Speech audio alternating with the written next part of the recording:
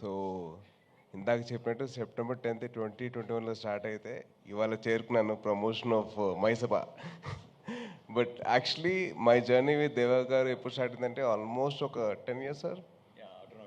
ఆటోనగర్ సూర్య అప్పుడు నేను మొహట్ లేకుండా నేను ఫోన్ తీసుకొని ఆయనకు ఫోన్ చేసి సార్ నేను సో అండి, ఆ టీజర్ మీ వాయిస్ ఏవైతే ఉందో that showed the power of the character అండి. ఆటోనగర్ సూర్య అంత ఇంపాక్ట్ క్రియేట్ చేసింది నాకైతే. I was like blown with that voice of Deva Garu. It was very emotional for me to share that feeling with him. ఇంకా ఆ తర్వాత మా journey start అయ్యి జిమ్లో కలిసేవాళ్ళం. సార్ నాతో ఒక సినిమా చేయండి సార్ అని చెప్పి నేను చాలా రిక్వెస్ట్ చేశానండి. సార్ మీరు చేస్తే నాకు బాగుంటుంది సార్ అని చెప్పి చాలా అలా ప్లాన్ చేసుకుంటే అప్పుడెప్పుడో 10 years బ్యాక్ అయితే 2021లో కుదిరిందండి.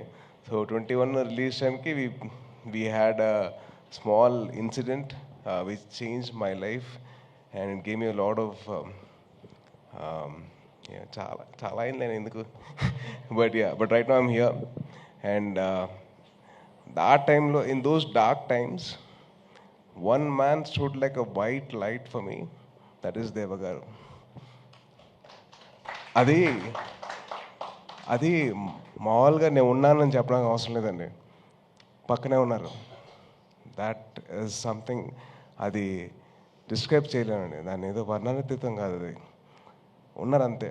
అండ్ నేను ఏవైతే రిపబ్లిక్ సినిమా క్లైమాక్స్ కోరుకున్నానో అదే క్లైమాక్స్ లేదు, తేజ్గా క్లైమాక్స్ అంటే ఇష్టం, ఆ క్లైమాక్స్ ఉండాలని చెప్పేసి నేను ఎంతవరకు నేను అంత వాయిస్ వెళ్ళిపోయాను ఆ టైంలో, కానీ ఈయన అదే ముందు తీసుకెళ్లారు. So thank you so much sir. And నాకు జిమ్లో ఒక లైన్ చెప్పారండి.